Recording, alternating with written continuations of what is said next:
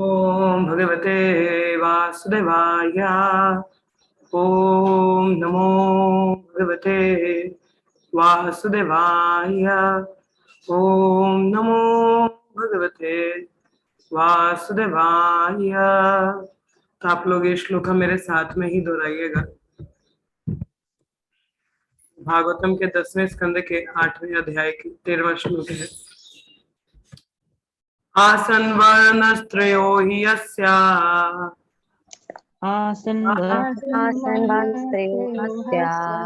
गृहाणातो न्युगं तनु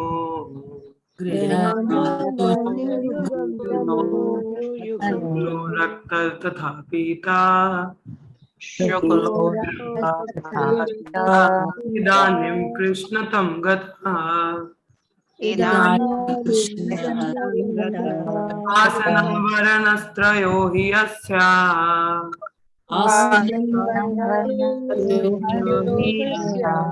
गृहाणातो न्युगं तनु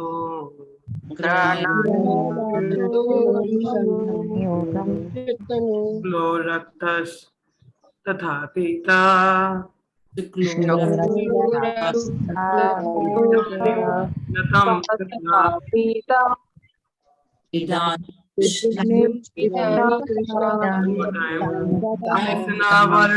वर्णत्रयो हि यस्या गृह्णातो नियुगं तनु शुक्लो रक्तस्तथा पीता इदानीं कृष्णतं गता।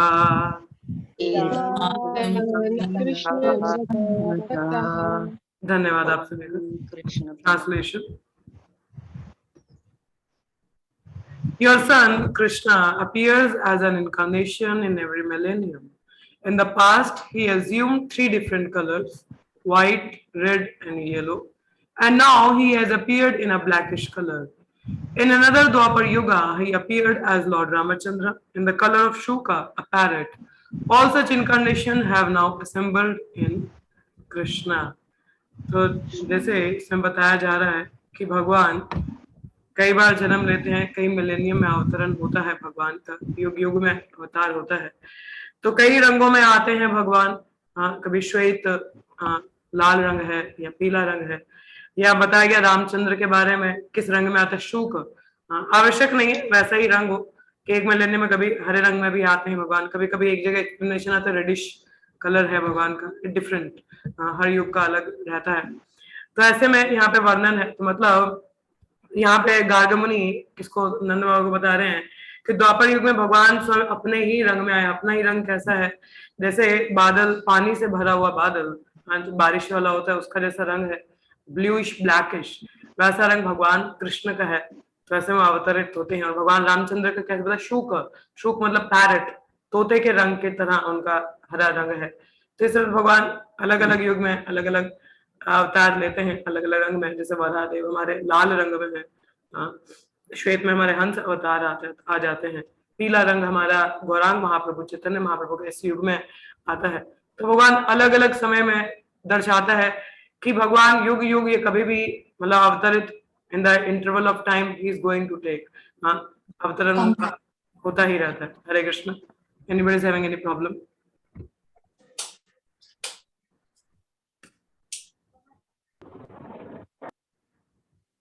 प्लीज खुद को म्यूट रखा करें, क्योंकि ये आपको कुछ कहना है निशा माता जी?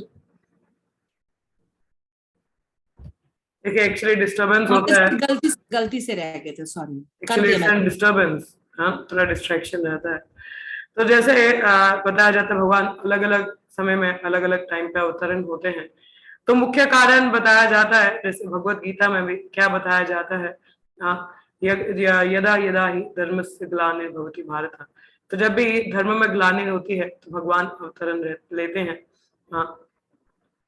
अक्सर एक बात वैसे चाणक्य पंडित कहते हैं कि जो बुद्धिमान लोग हैं वो किस तरीके से 3 समय अलग अलग, 3 हमारे मतलब 3 समय होते हैं, सुबह का, दोपहर का और रात्रि का। तीनों समय अलग अलग चर्चा होती है। सुबह द्वितीय युग की बात करते हैं, मतलब द गैम्बलिंग हाँ उसकी चर्चा करते हैं। दोपहर के संगे स्त्री प्रसंग, स्त्री के बारे में बात करते हैं।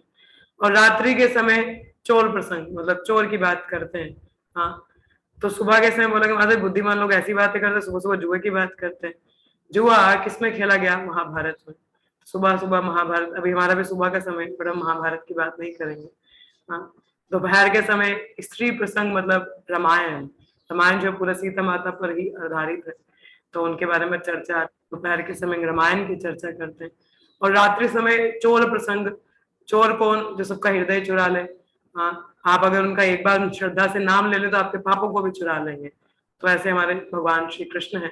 तो बुद्धिमान लोग इस तरीके से सदैव तीनों समय भगवान की कथा में क्या रुचि लेते हैं, उनके व्याख्यान करते हैं, बातें करते हैं, इससे हमारा शुद्धिकरण है। हाँ, आज जैसे हमारा है तो भागवत में, बट सोचा आज भगवान का चर्चा कर लिया, चाहे रामनवमी कल का हो गया है, बट स्टिल भगवान की लीला है, जितना स्मरण किया जाए अपना शुद्धिकरण है। तो जैसे हम बता रहे थे कि धर्म की ग्लानि है, तो हमें भी ऐसे तीनों टाइम अपने बिजी रखने चाहिए, भगवान की कथा कीर्तन रहना चाहिए। तो सुबह से ही हम लोग भगवान, वैसे स्त्री प्रसंग है, हमारा रामायण चल रहा है, तो will discuss something, some learning from here. तो धर्म की बात आती है, युग युग में अब तो भगवान के अवतार होते ही हैं, जैसे नरसिम्हा वराह सतयुग की बात है। हाँ उसके बाद परशुराम सतयुग की बात है। उसके बाद हमारे त्रेता युग में भगवान रामचंद्र आते हैं, द्वापर में कृष्ण हैं, और हमारे कलयुग में कल की अवतार आएंगे। और ऑलरेडी भगवान भक्त अवतार, हाँ चैतन्य महाप्रभु नित्यानंद प्रभु में अवतरित हो चुके हैं, हरि नाम के रूप में भी अवतरित हुए हैं। हाँ तो डिफरेंट टाइम डिफरेंट थिंग, युगों के अवतार। और जैसे धर्म की बात आती है, धर्म की ग्लानि, देखिए anything we look about something, कुछ सोल्यूशन की बात हम करते हैं, कुछ बड़ा है, धर्म की ग्लानि तो ठीक है, धर्म की ग्लानि हुई कैसे, वो भी हमें देखना चाहिए कि धर्म कहाँ ग्लानि हुई, कि जिसकी वजह से भगवान श्री रामचंद्र अवतरित हुए। But for the lord Ramchandra to come there were three main reasons. First protection, affection and correction. ठीक है, आप ध्यान में दे सकते हैं, प्रोटेक्शन करना, रक्षा करना, ठीक है, किसका? भक्तों का। दूसरा अफेक्शन, मतलब आदान प्रदान, एक प्रेम भरा संबंध, किसके साथ? भक्तों के साथ। हाँ और करेक्शन, कुछ गलतियां त्रुटियां हो रही हो तो उनको भी करेक्ट करना भगवान का ही कार्यभार है। हाँ तो भगवान श्री रामचंद्र, देखिए प्रोटेक्शन तो उस समय क्या चल रहा था, रावण के बारे में हम सबको पता ही है, ज्ञात है। हाँ उस समय रावण का बहुत ही बोलबाला चल रहा था, he was such a demon. हाँ किसी को भी छोड़ा नहीं उसने।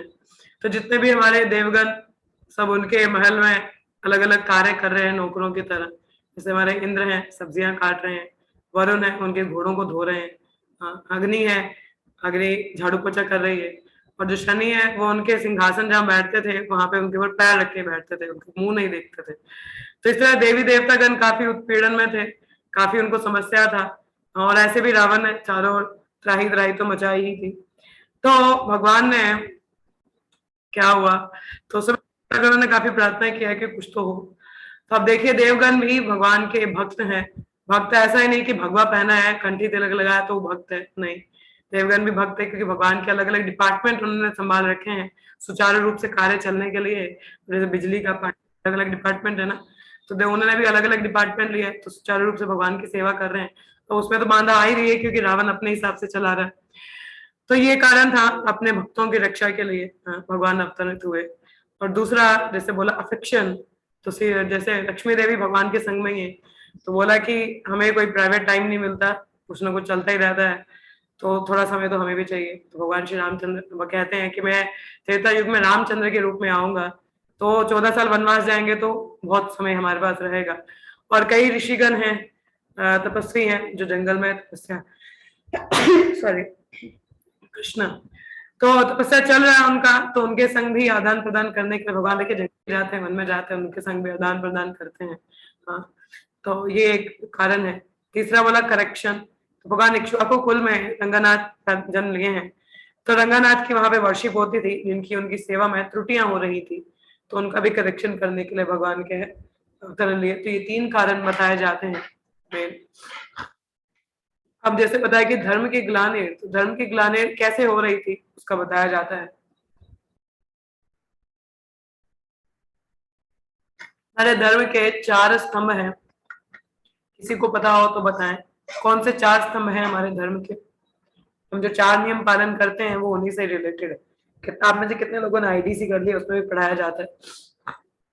हाँ जी, हाथ खड़ा करिएगा। चार स्तंभ कौन से हैं हमारे? कौन बताना चाहेगा? हरे कृष्ण। किसी को नहीं ज्ञात है? एक तो आ गया दया, दया, यस। दूसरा स्वच्छता, बस ठीक है माता जी, बस कोई और बताए? यस प्रिंसी माता जी, दया, स्वच्छता और प्रिंसी माता जी बताए। सुरभि माता जी ने बोला सत्य। माता चौथा कौन सा है बताइए प्रिंसी माता जी? सत्य, दया, सोच और चौथा प्रिंसिपल कौन बताएगा धर्म का स्तंभ? आप में से किसी को नहीं पता? हाँ जी, नहीं पता किसी को? तप, तपस्या। बहुत ही गलत बात है कि आप लोगों को चार स्तंभ नहीं पता है। नहीं पता, please note down and remember it. हाँ, ये बहुत गलत बात है कि नहीं याद है, आप लोगों को पता होना चाहिए। हाँ, क्या है? दया, सोच, सत्य और तपह। तो ये चार स्तंभ हैं धर्म के। इन्हीं चार स्तंभों को टिकाए रखने के लिए हम चार नियमों का पालन करते हैं। नो मीट ईटिंग, मच्छी नहीं खाना, मीट नहीं खाना। इससे हमारा दया का स्तंभ टिका रहता है। अवैध स्त्री पुरुष संबंध न रखना, उससे हमारा सोच का प्रिंसिपल टिका रहता है। जुआ ना खेलना, झूठ ना बोलना, उससे हमारा कौन सा स्तंभ टिका रहता है? सत्य का, ट्रूथफुलनेस। और एक दूसरा है हमारा इंटॉक्सिकेशन, नशा पान ना करना, उससे हमारा दैट इज तप। तप का हमारा जो स्तंभ है वो टिका रहता है। तो चार स्तंभ हैं। अब देखिए, रावण ने धर्म की ग्लानि भी की किस प्रकार से। जैसे कथा आता है कि एक बार एक राजा, मुझे नाम भूल गया, उनकी पुत्री थी वेदवती। तो बहुत तपस्या कर रही थी वो हिमालय में। तपस्या किस लिए? कि मैं भगवान विष्णु को अपने पति रूप में पाऊंगी। तो इस तरीके से उनकी तप चल रही होती है। तो हमारे जो रावण है, नया नया पुष्पक विमान लिया है उन्होंने ब्रह्मा जी का। खैर, तो उनको जो पुष्पक विमान मिलता है तो अपना उसमें सैर सपाटा घूम रहे हैं। लोगों को दिखाएंगे, देखिए हमारे पास भी पुष्पक विमान है। हाँ, तो जा रहे होते हैं हिमालय में। तो हिमालय बहुत ठंडी ठंडी हवा आ रही है, मजा मस्त। हाँ, तो देखते हैं एक जगह बहुत गर्म हवा चलती है। तो बोलते हैं ये गर्म हवा कहाँ से आ रही है? तो जब नीचे देखते हैं तो वेदवती की तप के कारण क्या है, बहुत ज्यादा क्या चल रहा होता है, हीट प्रोड्यूस हो रही होती है। तो वो सोचते हैं कि ये जब नीचे उतरते हैं तो देखते हैं स्त्री बहुत सुंदर है। तो उनको भोग करने के लिए उनको अप्रोच करते हैं। तो वेदवती कहती है कि देखिए, मैं आपकी इच्छा पूर्ण नहीं कर सकती, क्योंकि मैं तपस्या में हूँ। और तपस्या मैं इसलिए कर रही हूँ ताकि मैं भगवान विष्णु को अपने पति स्वरूप में भा सकूं। तो इस बार तो ये जन्म तो उनको दे दिया है, तो मुझे क्षमा करें। परंतु रावण देखिए, जो दुष्ट हैं होते तो दुष्ट ही है ना। तो क्या करे, उन्होंने वेदवती के बाल पकड़ लिए, केश पकड़ लिए। तो वेदवती ने अपने तप के कारण तृण, घास का एक टुकड़ा उठाया और जहां से बाल क्या है वो पकड़ के काट दिए। तो जितने हाथ में उनके रावण के बाल आ गए। और उसी समय वेदवती ने चिखा, मतलब कहते हैं वो लकड़ियां लगाई, उस तप के बल से अपने उसमें प्रवेश करने का सोचा कि यहीं पे मैं अपने प्राण त्याग दूंगी। अब देखिए, वेदवती को ज्ञात था कि रावण को श्राप है कि यदि वे किसी स्त्री के संग में ऐसा कुछ करने का प्रयास करेंगे जबरदस्ती, तो उसका जो सिर है वो 10,000 टुकड़ों में विभाजित हो जाएगा, फट जाएगा। हाँ, मगर फिर भी उन्होंने अपने शरीर का त्याग करने का सोचा। क्यों? क्योंकि देखिए, इसमें बहुत बड़ी सीख है, हमको लेना चाहिए कि उन्होंने क्या बोला कि जो शरीर है ये भगवान के लिए है, उनको अर्पित करने के लिए है। कोई किसी और द्वारा ये स्पर्श किया जाए तो ये मलिन है, इसको मैं कर नहीं सकती हूँ। उनको भगवान को अशुद्ध है ना, अपवित्र हो चुका है। तो बोला कि इसको, स्त्रियां देखिए अगर किसी और द्वारा टच होती है तो कोई एक्सेप्ट नहीं करता। जैसे वैदिक, हाँ ये वैदिक होता है कि स्त्री अगर किसी और के द्वारा स्पर्श की हूँ तो कोई और उसको स्वीकार नहीं करता है। तो ऐसे उन्होंने भी सोचा कि तो अब अपवित्र हो चुका है, हाँ तो बेहतर है कि मैं इसका देह का त्याग कर दूं, कि भगवान की सेवा में नहीं लग सकता। उसी प्रकार से यहाँ पे वैसे रावण ने कौन सा स्तंभ तोड़ा? हाँ, कौन सा स्तंभ तोड़ा उसने? यहाँ पे नशे का। नशे का किस चीज का नशा था उसको? अपनी शक्ति का, अपने बल का, कि अपने बल के प्रभाव से वो कुछ भी किसी के साथ कर सकता है। तो इंटॉक्सिकेशन, तो यहाँ पे ये स्तंभ उसने तोड़ा था। तप का, तप किसका भंग किया? वेदवती का और खुद का भी। हाँ, तो तप भंग किया ना, तप ने इंटॉक्सिकेशन, नशे में। तो यहाँ पे पहला स्तंभ उसने गिराया, एक पहला धर्म का पिलर उसने गिराया। तो यहाँ पे जैसे बताया थी, अगर हमारा जो मन और शरीर है ये भी भगवान का चिंतन और उनके लिए सेवा के लिए है, यदि हमारा मन भी अपवित्र रहे, किसी और का चिंतन करे, भगवान का ना करे, तो देखिए हम भी निष्फल हैं, हमारा भी कोई उपयोग नहीं है। तो हमें यहाँ से सीख लेनी चाहिए कि जो चीज भगवान के लिए, भगवान भगवत गीता में कहते हैं मन मना मन मत भक्तो मद याजी मम नमस्कुरु, तो मेरा चिंतन करो। हाँ, भगवान अपना चिंतन करने के लिए हमको कहते हैं, तो मतलब हमारा जो मन है वो भगवान के लिए अर्पित होना चाहिए, रेदर देन थिंकिंग और अपने विषय वस्तुओं के बारे में, तो हमारा नहीं रहना चाहिए। तो इससे हमारी पवित्रता बनी रहती है। और जो शरीर है ये भी भगवान की सेवा में, अम्बरीश महाराज से हमें उदाहरण सीख लेनी चाहिए। हाँ, तो ये बताया जाता है इसमें उदाहरण। तो जैसे एक ये स्तंभ तो था ही, तो मैं आपको बता दूं श्राप कहाँ से आया था। और रावण एक बार स्वर्ग में जाता है, रंभा, रंभा वहां पे बहुत सुंदर स्त्री है, हाँ, गंधर्व में। तो वहां पे जो रंभा है वो किसकी पत्नी है? मणिग्रीव की। और मणिग्रीव किसके पुत्र हैं? कुबेर के। कुबेर और रावण दोनों भाई हैं, तो उस हिसाब से रंभा उनकी पुत्र वधू हुई, मतलब बहू। हाँ, तो उनके साथ भी वो क्या भोग करने को बोले, तो रंभा बोली मैं तो आपके पुत्र वधू हूँ, पुत्री के समान हूँ, तो ये शोभा नहीं देता, तो मुझे क्षमा करे, आप तो पिता तुल्य हैं। हाँ, मगर रावण माना नहीं।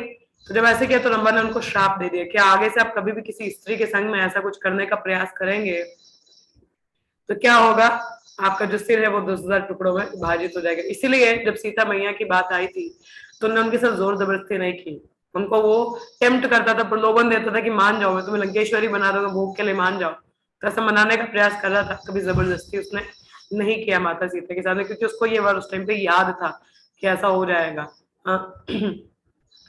तो दूसरा स्तंभ कहाँ तोड़ा, एक बार रावण क्या है, नारद मुनि आते कहते हैं देखो तुमने सभी देवताओं को तो हरा दिया, अब क्या है तुम यमलोक भी हुआ, थोड़ा यमराज को भी दिखा दो, लोग तो तुम्हारा यश और बढ़ जाएगा कि तुम यम को भी, यह जो भगवान सबकी मृत्यु का मतलब देखभाल करते सभी जीवात्माओं को लेके जाते हैं, तुम उनपे भी कर लो तो तुम्हारा बड़ा यश हो जाएगा। बोला ठीक है। तब जाते हैं तो भारी यमराज को चुनौती दे रहे होते हैं, तो यम बोलते बड़ा हल्ला हो रहा है, अपने सेना नायक को भेजो, जाओ देखो जरा बाहर क्या। तो ये रावण को पकड़ के अंदर ले आते हैं। हाँ, तो रावण यम जो होते हैं अपना यमदंड लेने ही वाले होते, ब्रह्मा जी प्रकट हो जाते हैं, कहते नहीं नहीं देखिए क्षमा कर दो, थोड़ा क्या स्क्रू थोड़ा ढीला है दिमाग का, मैंने इसको थोड़ा लंबी आयु का वरदान दे रखा है, मेरा विफल हो जाएगा, मेरे वचन बने रहने दो, इसका हो जाएगा आगे काम, आप चिंता मत करो, मगर फिलहाल के लिए छोड़ दो। तो यम उस समय ब्रह्मा जी की बात पे उसको छोड़ देते हैं, मगर बाहर रावण आके क्या कहता है, मैं जीत गया, मैंने यमराज को हरा दिया हरा दिया। तो यहाँ पे उसने क्या किया, झूठ बोला। तो झूठ बोला मतलब गैम्बलिंग जो होती है, दैट इज सत्य, सत्य का प्रिंसिपल स्तंभ क्या है वहां पे गिरा दिया। हाँ, तो यहाँ पर उसने क्या सत्य का वचन जो है वो गिराया यहाँ पे, जैसे 2 स्तंभ उसने तोड़ दिए रावण ने। तो एक बार रावण ऐसे ही जा रहा था, तो जब जा रहा था तो देखा एक रघुवंश के राजा अपनी सेना को लेके, बहुत सारे सभी इतने सहस्त्र हाथी घोड़े सेनाएं जा रहे होते हैं। हाँ, ये हमारे अयोध्या ये रघुवंश के जो राजा हैं, तो ये रावण नीचे उतरता है और कुछ ही समय में पूरी सेना घोड़े हाथी सबको मार गिराता है। हाँ, तो राजा बोलते हैं, जो रघुवंश के राजा बोलते क्या चाहिए, बोला कुछ नहीं चाहिए, वो ऐसे ही टाइम पास। अब ऐसा ही रावण ने कि उसको मजा आता है लोगों को मारने में, अपनी हिंदी तृप्ति के लिए सबको इतना नरसंहार उसने क्या है जानवरों की भांति उन सबको मार दिया। तो उस राजा ने कहा कि बिना मतलब के तुमने इन सबको मारा, हाँ, जीव जंतुओं की तरह मार दिया, तो यही तुम जानवर की तरह, मतलब जैसे तुमने मारा है तो जानवर ही तुम्हारी मृत्यु के मतलब मृत्यु में सहयोगी होंगे। तो हम जानते हैं कि जब प्रभु रामचंद्र गए तो जानवर ही थे ना सारी सेना में, हाँ, सारे वानर लोग ही थे, हाँ, जामवंत है वानर है, हाँ, तो इस तरह के सब वानर लोग ही, तो सब जानवर ही है ना, तो इस तरीके से ये भी शब्द। तो यहाँ पे उसने प्रिंसिपल कौन सा तोड़ा था, दया का। हाँ, दया की क्या है, दया भाव इनमें नहीं होता, बेशक पढ़े लिखे होते हैं राक्षस लोग, मगर फिर भी नॉनवेज खाएंगे, इतना पढ़ा लिखा था रावण, ब्राह्मण था, मगर फिर भी नॉनवेज जानवरों की तरह लोगों को मारना, उत्पीड़न करना, हिंसा करना, तो ऐसा उसका कार्य तो ब्राह्मण वाला कोई कार्य था नहीं। तो इस तरीके से 3 स्तंभ, और जैसे बोला अवैध स्त्री पुरुष संघ, तो उसके लिए नॉर्मल ही था, हाँ, पहले तो उस तरीके से वो वाला प्रिंसिपल उसने तो 4 स्तंभ वो तोड़ ही रहा था। तो यहाँ पे धर्म की ग्लानि हुई, क्या हुआ, धर्म का ग्लानि। हाँ, तो ये धर्म स्थापन करने के लिए प्रभु श्री रामचंद्र आते हैं, उनको मर्यादा पुरुषोत्तम कहा जाता है, क्योंकि रामचंद्र की मतलब रामचंद्र की रामायण में हर एक पात्र से कुछ सीखने को है। तभी देखिए सिर्फ रामायण अकेली, देखिए पूरा भागवत हमारा 18,000 स्कंद है, 18,000 श्लोक हैं, 10 उसमें अवतार है भगवान के, कई अवतारों के बारे में वर्णन है, मगर श्री रामचंद्र भी एक अवतार है भगवान कृष्ण के, उनके बारे में केवल एक रामायण है जिसमें 24,000 श्लोक हैं। तो आप लगा लो एक एक पात्र से जो करेक्टर है रामायण में बहुत कुछ सीखने को है। There is so many things to learn from the Ramayana, each and every character बहुत कुछ सीखने को है वहां से। तो ये तो रावण का बात हुआ, किस तरीके से उसने धर्म का ग्लानि कर रहा था, अधर्मी था, और किस तरह से भगवान के भी 3 कारण थे आने के, तो ये भी था। आगे हम थोड़ा भगवान कुछ और चरित्रों की बात करेंगे। जैसे आता है लक्ष्मण।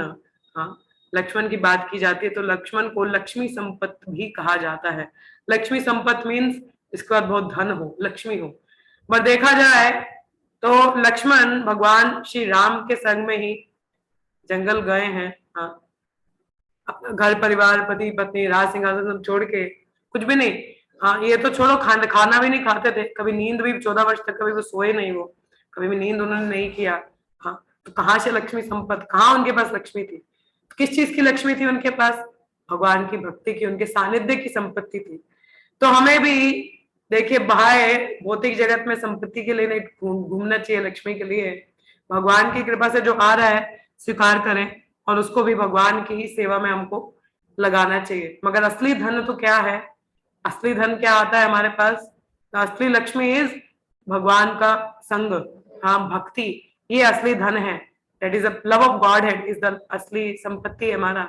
जैसे चैतन्य चरितमृत में एक कथा आती है गोपीनाथ पटनायक का, सॉरी गोपीनाथ पटनायक नहीं, या गोपीनाथ पटनायक जो कि रामानंद राय और वाणी नायक राय के ब्रदर्स में ही है, आई थिंक यही नाम है, मुझे नाम ज्ञात नहीं। तो गोपीनाथ पटनायक टैक्स कलेक्ट किया करते थे पुरुषोत्तम प्रताप रुद्र के, प्रताप रुद्र चैतन्य महाप्रभु के बहुत बड़े भक्त, मतलब he was a devotee of Jagannathpuri, Jagannath ji. तो गोपीनाथ पटनायक टैक्स कलेक्ट करता था, मगर वो टैक्स कलेक्ट उसने जो किया, उसने क्या किया, वो अपने भोग के लिए इस्तेमाल कर दिया। मतलब रात वो क्या है, स्त्रियों का नाच गाना देखने के लिए चला गया। हाँ, इस तरीके से उसने संपत्ति जो है वो ऐसे में ही उड़ा दिया। जो राजसिक था, तो अब था भक्त, तभी कहते ना कि ऐसा नहीं है कि भक्तों का पतन नहीं होता, भक्तों का ही पतन हो सकता है। Women wine and wealth can destroy anyone, तो we need to be very careful, हमको बहुत ध्यान देना चाहिए। तो वो तो खैर भक्तों ने उनको बचाया, चैतन्य महाप्रभु खैर उनको सेव कर लेते हैं, क्योंकि उस समय जो इनके जो पुत्र थे पुरुषोत्तम के प्रिंस थे, उन्होंने उनको कुछ प्लान किया था मारने के। I am not going into the detail story, मगर उन्हें भगवान उस समय चैतन्य महाप्रभु ने उनको किस तरह से रक्षा किया था, उनकी जान बचाई थी उस समय। तो मगर उस समय तब भी उन्होंने, और उनको दोबारा से टैक्स कलेक्टर का जॉब मिल गया था, he was doing his job perfectly. तो उस समय उन्होंने ये कहा था कि असली संपत्ति ये नहीं, असली संपत्ति तो आपने रामानंद राय वाणी नायक को दी है कि they are into the devotion, कि भक्ति में असली धन तो वो है, ये नहीं कि मेरा जान बच गया है, आपने मुझे बचा लिया, नहीं, ये भाग्य नहीं। भाग्य तो वो है कि हमें भगवान की कृपा मिले, भक्ति मिले, दैट इज द रियल संपत्ति। तो जो श्री राम, जो लक्ष्मण थे, देखिए 14 वर्ष तक भगवान के डायरेक्ट सेवा में है, दैट इज द रियल संपत्ति, वो लक्ष्मी है। तो हमें भी वो अर्जित करने का देखना, हमारे पास कितने कृष्ण हैं, कितनी सेवा हमारे पास है, कितना हमको, हम पूरा समय कितना सेवाओं में संलग्न है, that is the real wealth. उसको असली कहते हैं। तो लक्ष्मण को लक्ष्मी संपत्ति। तो लक्ष्मण हमारे गुरु तत्व भी माने जाते हैं, विष्णु तत्व ही। ये जो भगवान के शंख चक्र गदा पद्म, ये चार हमारे 4 भाइयों के स्वरूप में आए। रामचंद्र, भरत है, जो चक्र है वो शत्रुघ्न है। हाँ, भरत, ऐसे ऐसे बताया जाता है कि जो भगवान के 4 चिन्ह हैं, ये अलग अलग रूपों में भरत, शत्रुघ्न, हाँ, लक्ष्मण, रामचंद्र ऐसे अवतरित हुए हैं। तो मतलब विष्णु तत्व हैं सभी, मगर लक्ष्मण गुरु तत्व है। जो हमारे गुरु हैं वो जीव तत्व नहीं है, इज अपर। हाँ, तो इसलिए तभी कहा जाता है, इसलिए नाम अपराध आता है कि गुरु के आगे का वेलन उन्होंने साधारण मनुष्य समझ, साधारण नहीं है, इज नॉट ऑर्डिनरी, गुरु तत्व। तो लक्ष्मण जो गुरु तत्व को बताते हैं, गुरु का क्या कारण, क्या मुख्य कारण क्या होता है, उनका जॉब क्या होता है, क्या उनका मेन वर्क होता है, एक जो जीव को भगवान से मिलाना। तो उसका एक कथा आता है, शायद मैंने पहले भी बहुत बार सुनाई हो। तो वो वर्णन आता है कि जब ये वरमाला डालनी थी, उस समय जब वरमाला डालनी थी, तो लक्ष्मी देवी थोड़ी हाइट में छोटी है, हमारे प्रभु रामचंद्र बड़े और क्षत्रिय, क्षत्रिय झुकते नहीं है। तो लक्ष्मी देवी खड़ी हैं कि माला डालें, झुके तो थोड़ा डालें। राम जी बोले, मन मन में बात करे, कहते डालो माला, कितना समय लगा रही हो। तो सीता मैया कहती है, आपने भी तो समय लगाया था, जो स्वयंवर हो रहा था, धनुष उठाना था, तो इतने राजागण जो भी उठाता था, मेरा हार्ट बीट बहुत तेज हो जाता था कि तोड़ ना दे। हाँ, तो आपने भी तो इतना समय लगाया, अब देखिए आप करते रहो वेट, मेरा क्या जा रहा है। और उनकी कांच की चूड़ियां थी, उनमें भगवान रामचंद्र का छवि दिख रहा था, तो वो सुंदर उनको छवि को निहार रही हैं, तो उनको तो मजा ही आ रहा है, वो तो भगवान रामचंद्र को निहार निहार रही हैं। क्योंकि लोक लज्जा होती है कि स्त्रियां डायरेक्ट नहीं देख, आजकल तो लोगों में लज्जा ही नहीं है, लोग विवाह से पूर्ण ही थोड़ा बड़े काम मिलना जुलना इनका ये सब चलता रहता है, but this is not the वैदिक कल्चर। इसको कह, this is the shyness women का गहना होता है, स्त्री का। हाँ, पर कहीं ना कहीं हम ये चेस्टिटी और ये शाइनेस गवा देते हैं विवाह से पहले, अगर हम ऐसे कुकर्मों में लगते हैं, ऐसे कार्य करते हैं हम लोग, पहले ही मिलना आजकल तो नॉर्मल है, लोग मिलने चले जाते हैं, घूमने फिरते हैं, हाथ पकड़ रहे हैं, कुछ कर रहे हैं, वो कर रहे हैं, दिस इज नॉट, ये स्त्री धर्म नहीं है। और ऐसा आप क्या धर्म के स्तंभ पर चलेंगे, आप तो पहले ही धर्म के स्तंभों का उल्लंघन कर रहे हो। तो ये हमको देखना चाहिए किस प्रकार से सीता मैया भी तो मतलब लोक लज्जा के अनुसार उठ नहीं रही है, ऐसे ये नहीं कि डायरेक्ट भगवान के मुख को निहार रही, नहीं, ऐसा नहीं होता। तो ये हमें देखना चाहिए कि माता पिता ही, मैंने बोला ना, सही ज्ञान में नहीं है, तो बच्चों को बता भी दे तो बच्चे कहाँ किसी को सुनते हैं, चोरी चकारी में, चोर चोरी में मिल लेते हैं, कहीं कुछ कर लेते हैं, तो बहुत ही कुकर्म है, सही कार्य नहीं है। तो अगर खासकर जो मैंने भक्त लोग हैं उनको ध्यान देना चाहिए, हम भक्ति भगवान की सेवा के लिए कर रहे हैं, और उसमें भी हम किसी और का ही चिंतन कर रहे हैं, किसी और के लिए ऐसे काम कर रहे हैं, गलत है, ऐसा नहीं करना चाहिए हम लोगों को। तो जैसे यहाँ बताया गया था, ऐसे बात चल रही होती है, तो लक्ष्मण देख रहे हैं क्या चल रहा है, बड़ा समय हो गया, तो सीधा जाते हैं प्रभु रामचंद्र के चरणों में पड़ जाते हैं, प्रभु आपके बिना मेरा कोई नहीं है। हाँ, तो प्रभु रामचंद्र भी बड़े व्याकुल हो जाते, इसको क्या हो गया है, अचानक से ऐसे कैसे बोल रहे हैं कि आपके बिना मेरा कोई नहीं है। तो उनको उठाते हैं, हाँ, तो जैसे नीचे झुकते तो राह सीता मैया माला जो उनके गले में डाल देती है। तो ये कार्य है गुरु का, जीव को भगवान से मिलाना, तो इस तरीके से कह कार्य करते हैं हमारे गुरु। हाँ, राम भी देखो कितना व्याकुल हो जाते थे इस तरीके से। तो बताया लक्ष्मण का चरित्र है, तो आगे बताया जाता है लक्ष्मण का चरित्र और भी कि जैसे सॉरी मैं थोड़ा पहले और बता दूं, शत्रुघ्न और भरत का भी थोड़ा आपको इंट्रोडक्शन दे दें। हाँ, शत्रुघ्न इनके जो नाम है उनका मतलब होता है शत्रुओं को मारने वाले, नाम बहुत बड़ा है उनका, मगर शत्रुघ्न ने आज तक कोई शत्रु मारा नहीं है। हाँ कोई भी शत्रु उन्होंने मारा नहीं है। एक ही हमारा मधुवन में ध्रुवतिली है, ध्रुवतला है, वहां लवनास नामक एक राक्षस, वही शायद उन्होंने मारा है, पर उसके अलावा कोई शत्रु को उन्होंने मारा नहीं। मगर शत्रुघ्न का गुण क्या है देखो, कौन से शत्रु पे उन्होंने जीत की है, बाहर के शत्रु नहीं, हमारे आंतरिक शत्रु बहुत हैं। हमारा सबसे बड़ा शत्रु वो है अहंकार, फॉल्स ईगो। हम लोगों में अहंकार बहुत है ना, जिसके कारण हम झुकते नहीं है। हाँ, भक्तों में भी जब सेवा भाव हमारा होता है, हम कहते सेवा करना चाहिए एक दूसरे का, मगर हम लोगों को होता है नहीं नहीं सेवा क्या, मैं भगवान का सेवा करूँ, ये कौन होता है, गुरु का सेवा, अब भक्त का सेवा हम क्यों करें, बराबरी में ही हम क्यों सेवा करें, ऐसा हमारा भाव रहता है। शत्रुघ्न ने इस अहंकार को जीत किया, कैसे, भरत का सेवा करके, हमेशा भरत के संग में रहे, उनको सपोर्ट किया और उनकी सेवा किया करते थे। शत्रुघ्न लक्ष्मण, सॉरी, भरत और शत्रुघ्न संग में थे, तो उसके बाद लक्ष्मण और प्रभु श्री रामचंद्र संग में थे। हाँ, तो शत्रुघ्न सेवा करते थे, वो भी तो राजसिक परिवार के, मगर दास की तरह भरत का सेवा करते थे, अपने अहंकार को पीछे छोड़ के। तो हमको भी ये सीख लेना चाहिए, अहंकार का त्याग। हाँ, जितना हमें अहंकार का त्याग है उतना ही हम आगे बढ़ सकते हैं, सेवा हमको मिल सकती है, भक्ति में प्रगति है। अगर हमारे पास अहंकार है, थोड़ा सा सेवा में भी अहंकार हो जाता है, हम भक्ति नहीं कर सकते। तो हमको यहाँ से सीख लेना चाहिए। तीसरा हमारे आते हैं भरत महाराज, उनकी तो खैर गुणगान बहुत है। तो भरत का एक था कि भरत मतलब भार को उठाना, तो भरत ने कौन से भार को उठाया था, देखिए कोई भी इतना बड़ा अयोध्या उन्होंने उठा रखा था ना, जिम्मेदारी ले रखा था, किसके बिहाफ पर, भगवान श्री रामचंद्र के बिहाफ पर। उनकी पादुका लेके आए थे, उनसे जो मिलने गए थे उनकी पादुका लेके आए थे, पादुका को सिंहासन पे रखा था और खुद दास की तरह सुपरवाइज करते थे, कभी राजा की तरह नहीं। और कुटिया में ही नीचे सोना, जैसे प्रभु रामचंद्र जंगल में जैसा उनका है वैसे ही वो रहते थे। तो भार किस तरीके से है, कोई भी जब चीज भगवान के संपर्क में नहीं है, मतलब अब देखिए भार ही है ना, रामचंद्र है नहीं, बिना राम के तो अयोध्या भी भार की तरह ही है। हमारे जो परिवार जन, हमारे जो कुटुंब भी हैं, अगर वो भक्ति में नहीं तो भार की तरह ही है। हाँ, हर कोई भक्त है तो भगवान की सेवा में भार कहाँ लगेंगे, फिर तो सेवा की तरह हम सेवा करते हैं, उनके सेवा भाव की तरह, सेवक की तरह। मगर ऐसे तो भार ही ना, जिम्मेदारी है। हाँ, बर्डन ऑफ लव, हाँ, beast of burden, we are carrying this burden, भार की तरह है। तो ये भार उन्होंने भगवान की सेवा के लिए स्वीकार किया। उनके लिए स्वीकार किया। जैसे भक्तगण भी काफी भार उठाते हैं प्रचार कार्य का, प्रचार का भार उठा रखा है ना, सभी अब भक्तों के संग में जाते हैं, उनको प्रचार करते हैं तो भार उठा रखा है। सारे तो भगवान के तो कोई संपर्क में है नहीं, मगर भक्तगण फिर भी जाते प्रचार करते, इस तरीके से बताया जाता है। तो ये 4 भाइयों का चरित्र काफी सीखने वाला है, काफी इनके बारे में चर्चा की जाती है, मगर थोड़ा थोड़ा हम बताएंगे ताकि थोड़ा थोड़ा कुछ तो हम सीख लेके जा सके और अपने जीवन में बता सके। हम देखिए, अब रावण की बात है तो रावण को मारने योग्य ऑलरेडी यहाँ पे कैंडिडेट थे जो मार सकते थे रावण को। हाँ, there were 3 people at that time on the earth जो कि रावण का वध कर सकते थे, मगर फिर भी श्री रामचंद्र स्वयं आते हैं। हाँ, अब देखिए पहला आता है बलि का। बलि बहुत शक्तिशाली था। हाँ, जब रावण एक बार जाता है उन पे विजय करने के लिए, तो बाहर से मतलब मैं युद्ध करना चाहता हूँ, तो बलि उस समय संध्या वंदन कर रहा था। संध्या वंदन हमारा शाम के समय गायत्री करते हैं, पूजन करते हैं। तो बाली को पता था कि ये पीछे डिस्टर्ब करने आ रहा है, तो उसने रावण ने सोचा पीछे से इसको पकड़ लेता हूँ, मार दूंगा। तो बलि ने जैसे वो आया तो बलि ने पीछे से एक हाथ से उसको पकड़ लिया और एक हाथ से अपना संध्या वंदन कर रहे हैं, मतलब उसको अपने यहाँ पे ऐसे उसका गर्दन साइड में रख के पकड़ लिया। तो 6 महीने तक रावण ऐसे पीछे ऐसे ही रहा। तो 6 महीने बाद बलि ने छोड़ा, बोला बोलो क्या किस मकसद से आए थे? बोला नहीं नहीं नहीं, मैं तो मित्रता के लिए आया था। बोला अच्छा मित्रता का, नहीं चलो ठीक है मित्र हैं।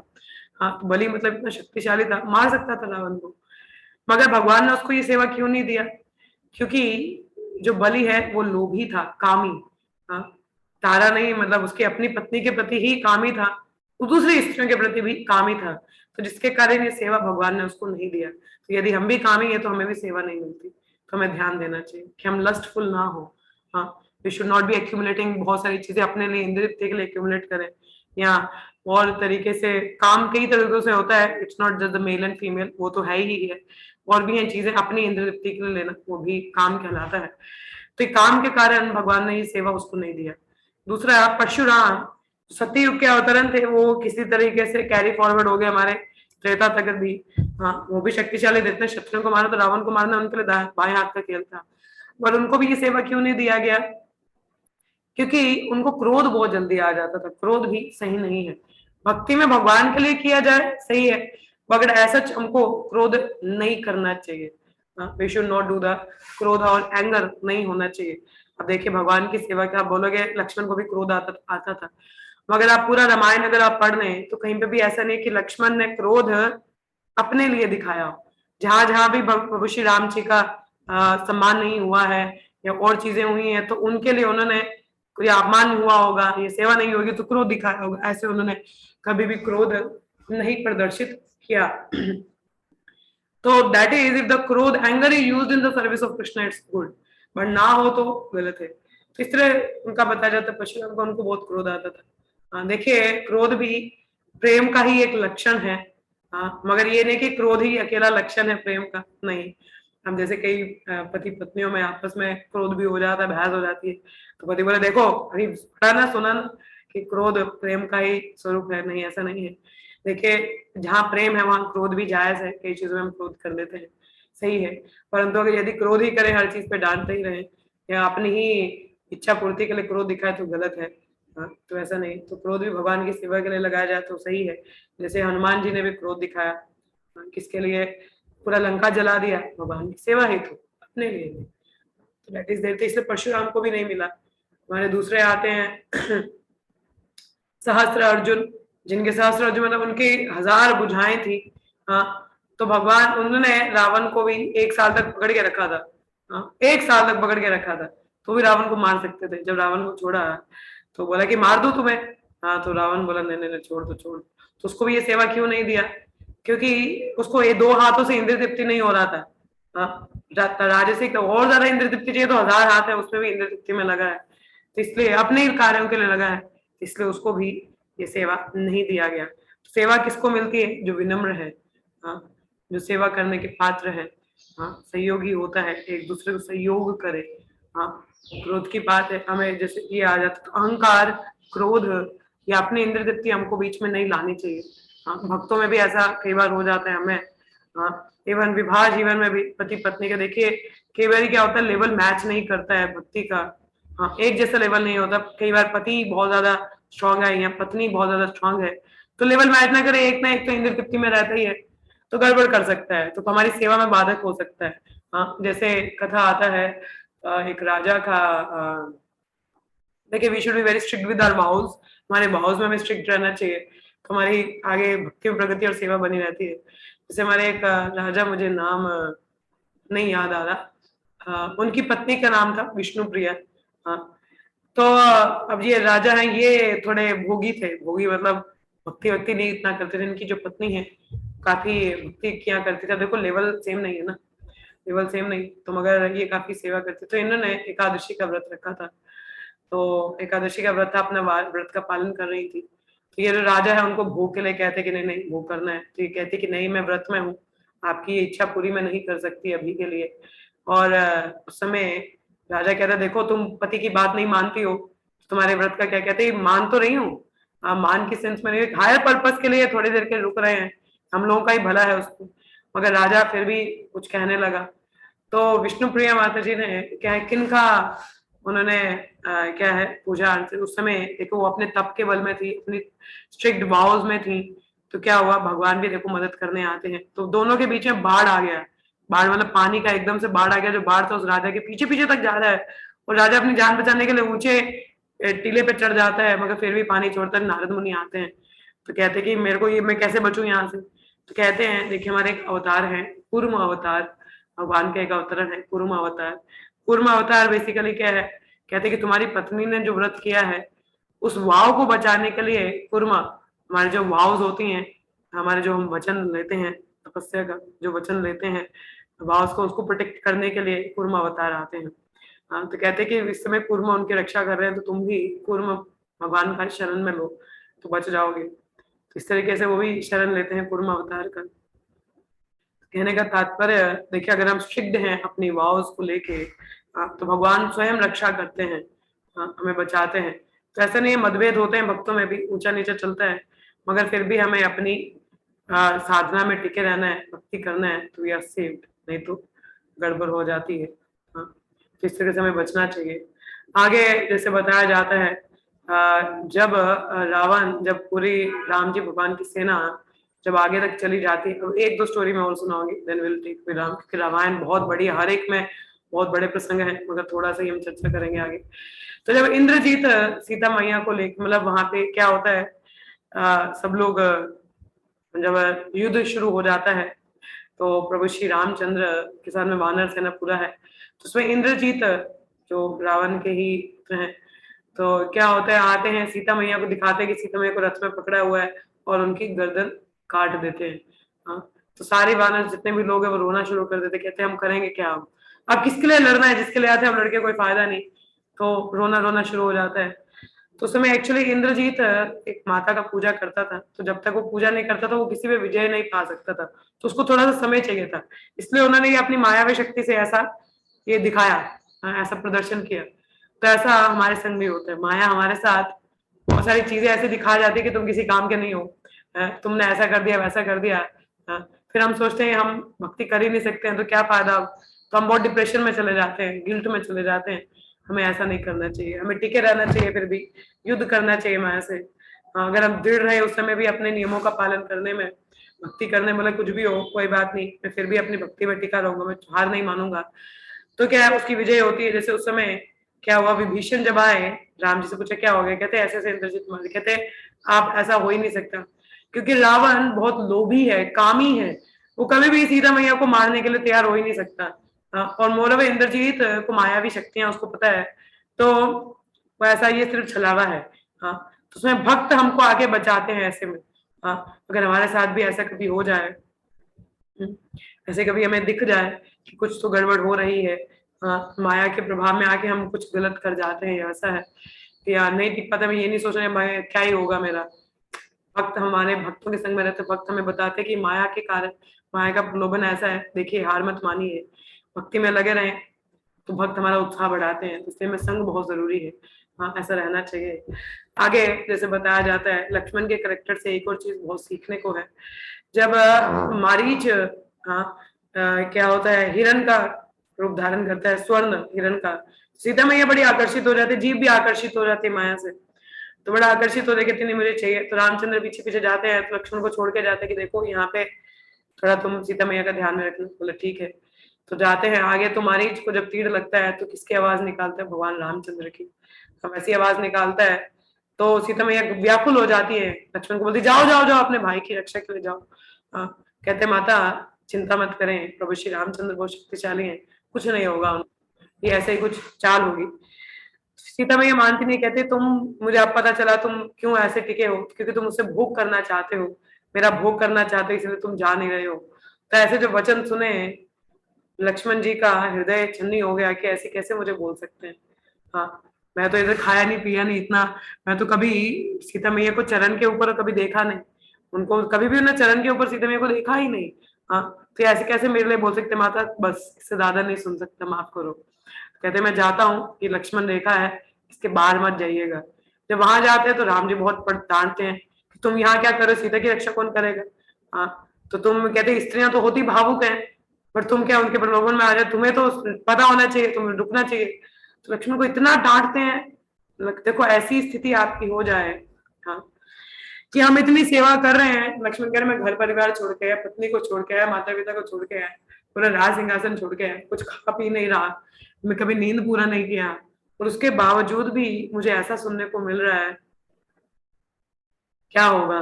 हाँ, हमारे साथ भक्तों के संग में भी होता है। देखिए, हमें होता है कोई एनकरेज करे, तारीफ करे, भक्ति में सेवा करे, अच्छा लगता है, आनंद आता है। हाँ, कोई ना करे तो बड़ा ऐसा लगता है। और हमें कोई भक्त लोग नहीं भी करें, कम से कम गुरु और कृष्ण तो प्रसन्न रहे, वो भी हमारा उत्साह बढ़ाते हैं। और यदि वो भी ना करें तो वो भी आपसे नाराज हो रहे हैं, हाँ, डांट दें आपको आपकी सेवा के लिए, तो फिर तो दिल कहता है कि अब क्या क्या किया जा सकता है। बहुत ऐसा हो जाता है, हमें सहनशील होना चाहिए। यहाँ पे लक्ष्मण सहनशील है, कौशल्य सहनशील है, ककई सहनशील है। ककई भी तो माध्यम ही बनी भगवान की सेवा के लिए, वो खुद कल्प्रिट नहीं थी। हाँ, वो तो भगवान का ही लीला था कि वो स्वयं जाना चाहते थे, उसके लिए ककई ने वो सेवा लिया। हाँ, मगर उन्होंने भी तो कितनी बातें सुनी लोगों की। कभी कभी भक्त भगवान की प्रसन्नता के लिए कुछ ऐसे कार्य भी करते हैं, उसको लेना पड़ता है, मगर भगवान की प्रसन्नता मतलब मायने रखती है ना। तो यहाँ पर भी तो वही था, मगर हमारे साथ भी ऐसा हो सकता है।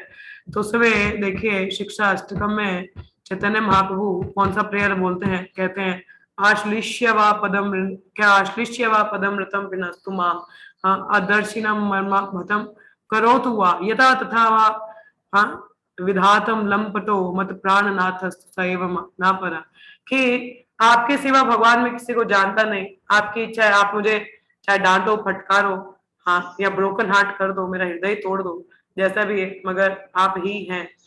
तो ऐसा भाव हम लोगों को रहना चाहिए, या लक्ष्मण से सीख मिलती है हम लोगों को, कैसा हम लोगों का भाव रहना चाहिए। कुछ भी भक्ति में हो जाए, कुछ भी है, स्टिल अब आप चाहे स्वीकार करो ना स्वीकार करो, मैं आपकी सेवा नहीं छोड़ूंगा। तो लक्ष्मण ने भी सेवा नहीं छोड़ा। ठीक है, बोला ये कि फुटबॉल की तरह नचा रहे मुझे पति पत्नी, हाँ, इतना कभी कोई इधर से लात मारा उधर से मारा नहीं, फिर भी टिके रहे। तो देखो कितनी बड़ी सीख है यहाँ पे। हमारी भक्तिमय जीवन में भी ऐसी कई सीख है, हमको लेनी चाहिए। हाँ, ये नहीं कि हम, तो क्या आपको गुरु कृष्ण नहीं मान रहे हैं, दैट इज अ वेरी, देखिए जब हम भक्ति में वृद्धि करते हैं तो हमारा भी टेस्ट होता है। कई बार तो वो टेस्ट हमारे गुरुजनों से ही हो जाता है कि हमें स्वीकार नहीं किया जाता, हमें डांटा जाता है, फिर हम सोचते हैं कि हम कर ही क्यों रहे हैं। हाँ, मगर उसके बावजूद भी हम टिके रहें, so that we are passing the test, हमें टॉलरेट करना चाहिए, सहनशीलता होनी चाहिए। तो यहीं पे विराम लेंगे। ऐसे कई खैर प्रसंग हैं रामायण में, कई चर्चा की जा सकती है, मगर इतना ही करेंगे, समय का थोड़ा अभाव है। हाँ, तो खैर ये थोड़ी लेसन है, इनको जरा सीखें, ध्यान में डालें। हम रामायण से एक भी अगर चरित्र से कुछ सीख सके, अपने जीवन में उधार सके, हमारे जीवन का उद्धार है, तो हमें सीखना चाहिए, आगे बढ़ना चाहिए। ठीक है, प्रभु श्री रामचंद्र की जय, श्रीपाद की जय। आप में से किसी का कोई प्रश्न हो या कोई कुछ कहना चाहे, मोस्ट वेलकम। हरे कृष्ण जी, किसी को कुछ कहना है जी? प्रिंसी माता जी बोलिए। हरे कृष्ण माता जी। माता जी, जो सीता माता तो वो तो जगत जननी थी, तो उन्होंने लक्ष्मण को ऐसे कटुवचन क्यों बोले उस टाइम? क्योंकि मतलब उनको नहीं पता था ना, मतलब कि भगवान रामचंद्र, पता तो था मगर फिर भी वो व्याकुल होगी। स्त्री का हृदय है ना, पत्नी का हृदय पति के लिए रहता ही है। जब उन्होंने ये आवाज सुनी कि बोल रहे हैं कि लक्ष्मण मुझे बचाओ, हाँ, तुमसे रहा नहीं गया, उन्होंने बोला कि नहीं नहीं, जाके देख के, वो व्याकुल हो गई। स्त्री का स्वभाव यहाँ पे बताया गया। अब जैसे राम जी भी तो रोए थे जब सीता माता जी का अपहरण हुआ, वो तो रामचंद्र है, मगर फिर भी वो वहां पे वो लीला कर रहे हैं। एक साधारण मनुष्य की तरह। वो तो जानते हैं कि क्या ही हुआ होगा, बट स्टिल वो क्राई करते हैं एक लीला के रूप में। तो यही यहाँ पे सीता मैया भी, उनको तो पता है कि रामचंद्र कौन है, मगर फिर भी देखिए अगर ऐसा ना किया जाए, लीला रोल में रहना चाहिए ना, सीता मैया रोल में यहाँ पे तो पूरा इस तरह से करती हैं, व्याकुल हो जाती है। ठीक है, कोई और किसी का प्रश्न हो? यस माता जी, क्लियर है? चलिए, माता जी, can we relate this to our senior? Sometime they scold us because they are so eager to serve Krishna. Yes, कहीं कभी हमारे सीनियर डिवोटीज हमें डांट देते हैं, हाँ, क्योंकि उनका मेन पर्पज सेवा के लिए होता है, मगर हमें तब भी सहन करना चाहिए। भक्त संग छोड़ के जाओगे कहाँ, फिर भी हमें भक्तों के संग में रहना चाहिए, उससे सीख लेनी चाहिए। We need to be tolerant and humble, humility आता है। ठीक है, thank you, nice realization Surabhi. किसी और को कुछ कहना हो, कोई प्रश्न हो? माता जी, आपने सुबह किसकी बात करनी, जैसे दोपहर में स्त्री की, शाम को चोर की, मॉर्निंग में किसकी? मॉर्निंग में महाभारत। महाभारत की करनी चाहिए, वो क्यों? थोड़ा सा ये ऐसे चाणक्य पंडित बताते हैं कि बुद्धिमान लोग मतलब तीनों टाइम मतलब भगवान का स्मरण कथा करते हैं, वो चीज बताई जाती है, नथिंग मच। अच्छा, ठीक है, ठीक है माता जी। पास्ट में जो अपवित्र हो चुका हो उसका क्या करें? कुछ नहीं माता, अब मौका मिला है तो अब सुधार लें, अब दोबारा इस मिस्टेक को ना दोहराएं। ठीक है, अब हम लोग को मौका मिला प्रपात की कृपा से कि हम भक्ति कर सके, अपने जीवन को भगवान की सेवा में लगा सके। अब हमें दोबारा पास्ट में नहीं जाना चाहिए, दोबारा वैसी गलतियां नहीं दोहरा देनी चाहिए। एक अब शुद्धता की ओर बढ़ने का मौका मिला है, तो अब इसका हम लाभ उठाएं और भक्ति करें। ठीक है, पास्ट में जो हो गया हो गया, every saint has an some past, कुछ ना कुछ रहता ही है, मगर अब हमें मौका मिला तो अब हम उन गलतियों को ना दोहराएं। ठीक है, हमें ध्यान देना चाहिए। ठीक है माता जी, चलिए, और किसी का कोई प्रश्न हो? Anything else? कोई कुछ कहना चाहे? नहीं है, चलिए, कुछ नहीं तो यहीं पे विराम लेंगे। तो आज सॉरी, मैं आज भी शायद क्लास ना ले पाऊँ, आफ्टरनून का क्लास शायद मैं ले पाऊँ, मगर आज मैं शायद भगवत गीता का क्लास ना ले पाऊँ, तो आज थोड़ा सा बिजी है। और कल से वैसे रेगुलर रहेगा आपका क्लास, कि कल tomorrow I am going back to my place. तो आज दोपहर का कपिला देव वाला विल सी, कृष्ण बुक तो रात को रहेगा ही, वो हम लोग पढ़ लेंगे। ठीक है, समय रहेगा तो, मगर भगवत गीता शायद आज ना मैं ले पाऊँ, तो उसके लिए क्षमा करिएगा। दोपहर का क्लास देखते हैं, अगर हो पाया तो आई विल अनाउंस। ठीक है, मोस्ट प्रोबेबली तो ले ही लूंगी मैं, but still I will see to it. ठीक है, चलिए, फिर यहीं पे विराम लेंगे हम लोग। तो इन शिक्षाओं से सीखें, अपने जीवन में धारण करें। हाँ, तो हमें धारणा चाहिए ताकि हम भक्ति में प्रगति करें। चलिए, यहीं पे विराम लेंगे, 3 बार हरे कृष्ण महामंत्र का उच्चारण करेंगे। हरे कृष्ण कृष्ण कृष्ण हरे हरे, हरे राम राम राम हरे हरे, हरे कृष्ण कृष्ण कृष्ण हरे हरे, हरे राम राम राम हरे हरे, हरे कृष्ण कृष्ण कृष्ण हरे हरे, हरे राम राम राम हरे हरे। ग्रंथार्चन भागवतम का जय, श्रीपाद की जय, प्रभु श्री रामचंद्र की जय, जय। समस्त भक्तों की जय। धन्यवाद आप सभी का। धन्यवाद हरे आपका। कृष्ण, हरे कृष्ण। धन्यवाद, हरे कृष्ण।